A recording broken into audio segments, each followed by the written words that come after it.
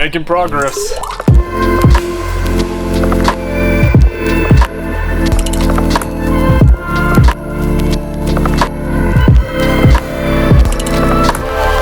Getting pretty close to finishing up with the shelving system here. I was able to put that together over the past few days and decided to make it pretty sturdy, pretty heavy duty, and also decided to not go with any opening or closing cabinets. Right now I do have a cabinet that opens and closes in the Element, and the issue is that a lot of the time I'll hit like a pothole or something like that and it'll fly open and all my stuff will come out of it. I decided to just build these ledges instead, and I'm going to use these little storage bins like the ones that I bought at Walmart yesterday and get a couple other ones to fit throughout the area. And I'm also going to have other things in there as well, bags, camera bags, laptop bag, things like that. So it's definitely a pretty good size though, and I think it's going to work to hold all the things that I own in there pretty comfortably. My plan for the kitchen space area is to actually build a fold-out countertop coming off of the side of the shelving system. I'm going to use the same mechanism that Brian, Adventure Van Man, did. He just recently remodeled his van, and I texted him and asked him, you know, what he used, and he recommended this to me. So thank you, Brian, for recommending these heavy-duty hinges here. And they're basically just support hinges that'll come off and be able to produce about an 18-inch table or so, and I'll be able to cook on top of that, and then also use the added table space that I'm going to have, this huge table in the middle here, to be able to turn this way and cook on that as well. So there's going to be a lot of counter space once I get this whole thing finished. And then underneath the fold-out counter system that I build coming off of the shelving here is where I'm going to keep my fridge. I'm planning to just keep it right on the floor right here. I don't exactly know what fridge I'm going to end up with yet. Originally I was thinking I would just keep the Dometic CF18 that I have in the Element, but I'm thinking more than likely whoever buys the Element, especially if they're buying it for the camper conversion, is going to want to have that fridge, so because it fits so perfectly and it's like designed to be in the system. I designed it specifically around that fridge, so I think that I'm more than likely going to have to get a new one, and I'm okay with that. I'll probably get something a little bit bigger, but I don't know exactly how it's going to fit in here until I buy it, and I don't really want to buy it until I sell the other one because I don't want to get stuck with two fridges. So I just kind of figured it made more sense to build a fold-out counter and make sure that I have enough space under here. I also like the idea of being able to move the fridge around in order to access it and to be able to load it up with groceries and things like that, so I think it's going to work out pretty well.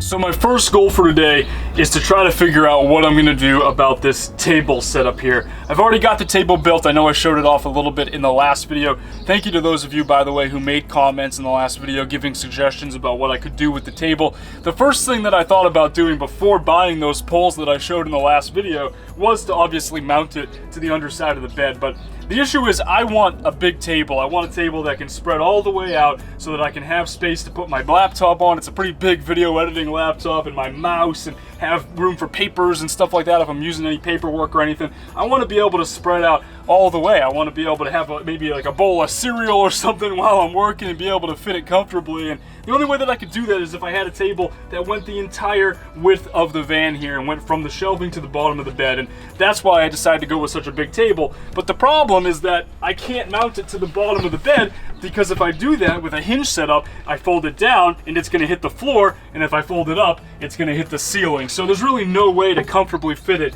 in that position. I have to just make it detachable and then just store it underneath the bed. It'll fit really nicely right under here. Just fold it, put it down under there, and then I'll be able to close the bed up at night. Really not that much more difficult. It would be nicer if I could hinge it to the bottom of the Murphy bed, but I mean, unless I go with a smaller table and I'm just working up crammed against the wall, there's really no way for me to do that. So I was planning to use those RV table poles that I talked about in the last video. I realize now I'm probably only going to need one of them, but the problem was that they were too high. The one that I showed in the last video was too high. It made the table go up too high. So I had to cut the pole, and I did not do a very good job of it. I'm sure you can see in the video here. I cut it, and then I couldn't cut it straight, and then I realized that the top part was tapered, so I was like banging it with hammers. It was like, I didn't get any of this on camera because I was just so focused on it, but it was really bad. So I definitely failed at getting this to be a shorter version of that pole. I do have a second one though, like I said, and I have a subscriber who is actually in town who I met a year and a half ago back when I was in Michigan, and he's living out of a Chrysler Town and Country It's a really awesome conversion that he has in there, and he's been traveling all around, and he actually does a lot of metalworking and crafting and whatnot, and he's pretty good with working with metal. So he says that he has a tool that he thinks we're going to be able to get a straight cut on it and try to do it with the second pull. That's going to be my first plan of action. We're going to work on that a little bit later this afternoon and hopefully be able to get this figured out so that the table is the right height. If that fails for some reason, then I think what I'm going to do is actually just build a folding table setup under it. Either take like a folding table that already exists, like a TV tray style thing from Walmart, and just mount that mechanism to the bottom of this table, or possibly try to figure out something else that I would be able to fold it up and just stow it under the bed when I'm not using it. And the benefit of that would actually be that I would be able to take it outside with me and use it if I'm camping or something like that, be able to set it up outside the van as well, which would actually be pretty nice. I know a couple of you guys suggested doing something like that, so that would be the alternative. But I did buy these RV table poles here, and they are really nice. I think that they look good. I love the shiny chrome finish that they have on them. I think that they're pretty neat, so I think I'm going to try to use those first, but if that fails, then I'll find another option. So Shane and I have been hanging out a little bit this afternoon, and we were able to get the second piece of metal here, the second pole, cut much more straight than the first one was, so it looks a lot better. I think it's going to work out really well. I just kind of super glued the two pieces back together, and we're going to tape it a little bit, and I think it's going to work. So I'm looking forward to giving that a try, and right now we're just making up some curry. Shane was actually a cook for 4 years. He worked professionally as a cook, so he made some really awesome curry the other day, and we're going to heat it up, and we're making some rice in the Instant Pot and giving it a try.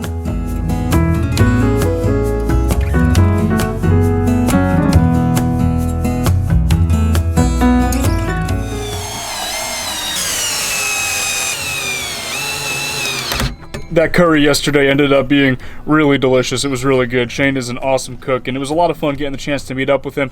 I'm probably going to try to meet up with him again at some point over the next couple of days, and we're going to do a tour video of his minivan camper, his Chrysler Town and Country that he has. It's a really awesome minivan. He's really made use of like the stow and go area for storage, and he's definitely put a lot of time into it. It's really, really cool, so I would love to share it with you guys.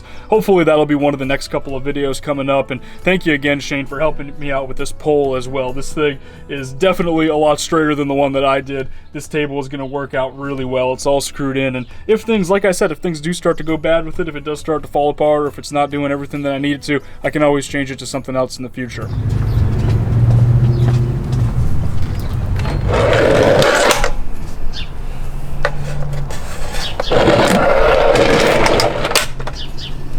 It's definitely coming along here. I'm pretty excited, guys. It's pretty much done. I mean, this is what it's gonna look like when it's finished for the most part. There's a few things that I have to do to the furniture. I need to cut the shelving a little bit so it fits a little bit better against the wall. The Murphy bed, I'm thinking I might drill some holes in it for ventilation underneath the mattress so the mattress doesn't get moldy or anything like that. I know a lot of you guys made that suggestion on the last video, and that was definitely something that I hadn't really thought too much about. So I'm thinking I might do something like that. I don't know if I need to do it right now. I think that if I get it done at some point within the next few months, it'll be fine. But if you look at it right now, there's a pretty huge gap that just naturally forms between the plywood and the mattress. So whenever it's up in Murphy mode like this, it should be able to air out pretty nicely after sleeping on it for the night. I'm also planning to use the space, this little bit of space here on the other side of the Murphy bed, to build a small shelving system. Nothing as big as what I have on this side, but just something little that I could use almost like a nightstand to put a few things on at night before going to sleep. And like I said, nothing too crazy, but I'm definitely going to try to do that. And then I've decided what I'm going to do with the walls as well. I have everything ordered. It is taken a while to get here, though, as has been the case with a lot of the things that I've ordered for this conversion. So I am going to do a carpet lining along the wall, almost like a trunk liner carpet all along the walls. And I have decided to go with some insulation as well. I'm going to use a Thinsulate insulation on the wall. So it's like this synthetic material. It was relatively expensive, definitely not the cheapest thing, but I think it's going to work really well. It's moisture resistant, and it'll expand to the crevices, to the size of the crevices as I start stuffing it in the walls and everything like that. So it's going to be a process, but I'm going to try to get that done as well at some point as soon as it gets here in the mail.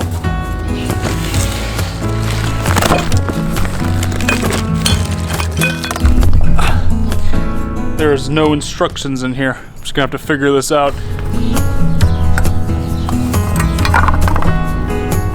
Yep, it's pretty hot out right now, but the roof rack is finally installed. It wasn't so bad, just a lot of bolts and tightening, and there wasn't really very good instructions, so I was just kind of trying to figure it all out, but it's on here. I guess the worst part is that I'm gonna have to take the entire thing off though in 2 weeks when I bring it in to have the pop top installed. I'm also gonna have to remove all of my furniture, my bed, my shelving, everything that I've been building the past few weeks here, and that's gonna be a pain, but I'll just cross that bridge when I get to it, I guess. I think it'll all be worth it though once the pop top is fully installed and ready to go. The company that's doing it is GTRV. They're based out of Northern California, about 2 hours north of San Francisco, and they do a lot of good work. They have a lot of great reviews online. They're definitely a smaller company, and they do work on all sorts of different kind of vans, all pop tops and then interior custom RV conversions and things like that. But I'm really excited about working with them. It's going to be in 2 weeks, at the I guess the third week of March, that I'm going to be getting that installed. So I don't really have much time until I have to get out to California and get this done. I mean, I'm thinking probably next week is when I'm going to try to leave for California. One of my best friends is going to be in San Diego. He's taking a vacation over there for a few days. He's going to be alone, so